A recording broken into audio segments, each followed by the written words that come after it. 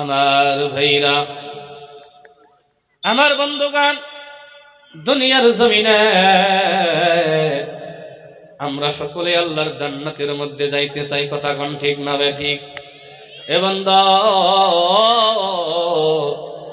দুনিয়ার জমিনের মধ্যে তো আমরা জান্নাত চাইতে চাই, কিন্তু জান্নাত যাওয়ার জন্য যে আমলগুলি দুনিয়ার বুকে করা লাগে, ওই আমল যদি করা না হয় তাহলে আমরা কেমন করে জান্নাতে যাব? কথা কোন ঠিক না ঠিক? এ বান্দা,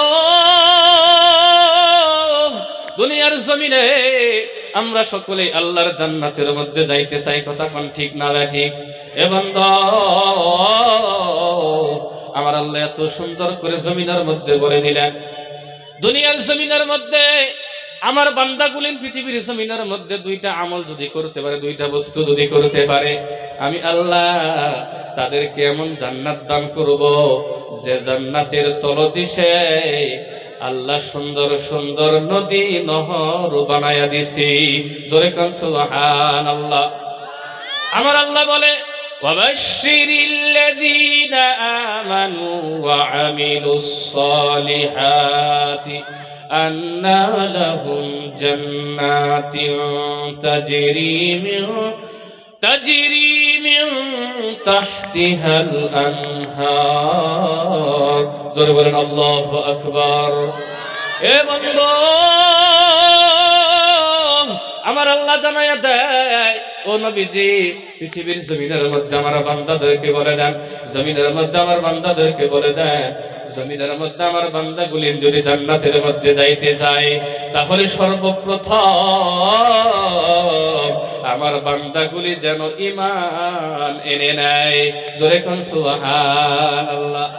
জমিনের মধ্যে আপনি আমি যদি জান্নাতে যাইতে চাই রে বন্ধু, জমিনের মধ্যে আপনাকে আমাকে ঈমানদার হওয়া লাগবে। দুনিয়ার জমিনের মধ্যে যদি আমরা ঈমানদার না হই তাহলে আমরা জান্নাতের মধ্যে যাওয়া বড় কষ্ট হবে। কথা কোন ঠিক না ঠিক? এ বন্ধু, দুনিয়ার জমিনের মধ্যে আসলে এবার ঈমানদার কাকে বলা হয়? এ বন্ধু, দুনিয়ার জমিনের মধ্যে ঈমানদার ওই মানুষটাকেই বলা হয়। এ বন্ধু,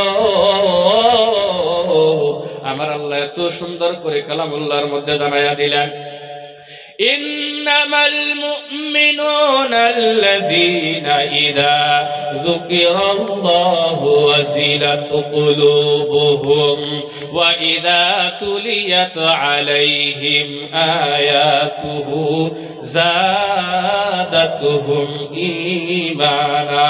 জোরে বলেন আল্লাহু আকবার। এ পৃথিবীর মানুষ, ও যুবক বন্ধু,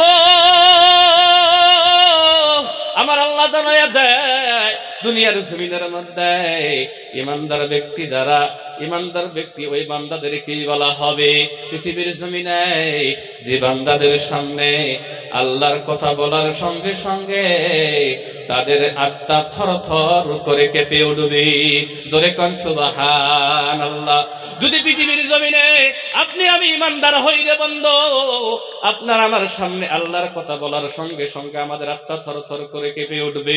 আর যদি আত্মা থরথর করে না কাঁপে, দুনিয়ার জমিনের মধ্যে আমরা ঈমানদার হতে পারি নাই। কথা বলেন ঠিক না ঠিক? এ বন্ধু, আমার আল্লাহ তারপরে পরেই বলতেছেন, ওয়া ইযা তুলিয়াত আলাইহিম আয়াতুহু যাদাতুহুম ঈমানা। জোরে বলেন আল্লাহু আকবার।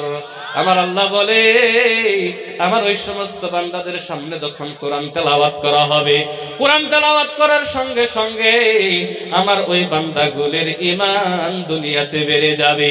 জোরে কোন সুবহানাল্লাহ। তাহলে দুনিয়ার জমিনে যখন কোরআন তেলাওয়াত করা হয়, যখন কোরআন পড়া হয়, যে বান্দারা ঈমানদার ব্যক্তি, আল্লাহ তাদের ঈমান দুনিয়ার জমিনের মধ্যে বাড়ায়া দেয়। জোরে কোন সুবহানাল্লাহ, জোরে কোন সুবহানাল্লাহ।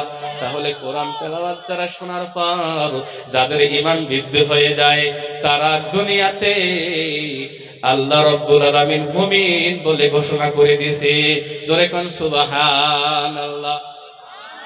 ভাই মুহতারাম দোস্ত বুজুর্গ, দুনিয়ার জমিনে তাহলে আমরা যদি জান্নাত পাইতে চাই তাহলে সর্বপ্রথম আমাদের কি হওয়া লাগবে? ঈমানদার হওয়া লাগবে। সর্বপ্রথম কি হওয়া লাগবে? ঈমানদার। মুমিন ব্যক্তি হওয়া লাগবে। তারপরে আল্লাহ তাবারক তাআলা বললেন ওয়া আমিলুস সলিহাত, 2 নম্বরে আল্লাহ বললেন তারপরে আমার বান্দাগুলিকে দুনিয়ার জমিনের মধ্যে ভালো ভালো আমল, ভালো ভালো কর্ম আমার ওই বান্দাগুলির করা লাগবে। তা যে বান্দারা দুনিয়ার বুকে আমার বান্দারা ভালো ভালো আমল করবে, ভালো ভালো কর্ম করবে, আমলে সালেহ করবে, আমার আল্লাহ আমার বান্দারা ওই আমার জান্নাত, যে জান্নাতের তল দিয়ে আমি আল্লাহ নহর রেখে দিয়েছি, আমি ওই জান্নাত আমি আমার ওই বান্দাদেরকে দান করে দেব। জোরে কোন সুবহানাল্লাহ। তাহলে আমরা সেই জান্নাত চাই না, যে জান্নাতের নিচ দিয়ে নহর থাকবে, যে জান্নাতের মধ্যে হাউজে কাউসার থাকবে, ওই জান্নাতের মধ্যে আমরা সকলেই থাকতে চাই। কথা বলেন ঠিক না ঠিক? কথা বলেন ঠিক না ঠিক? আল্লাহ আমাদের সকলকে কবুল করুক।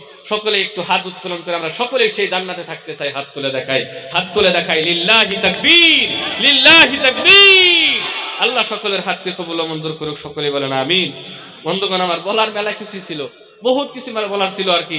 তো সময় শেষ, সময় সংকীর্ণর জন্য প্রধান মুখ্য অতিথি উনি আমাদের স্টেজে এসে গিয়েছেন। ওনাকে পিছনে বসে রেখে আমি যতটুকু আলোচনা করলাম, ওনাকে পিছনে বসে রেখে আলোচনা করাটাই আমার বেয়াদবি হয়েছে।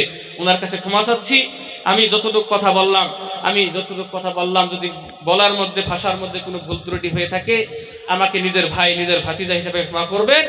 এবং আমি আপনাদের জন্য দোয়া করি আল্লাহ যেন আপনাকে, আমাকে, উভয়কে মৃত্যুর সময় কলেমা নসিব করায়, ঈমানের সহিত মওত দেয়।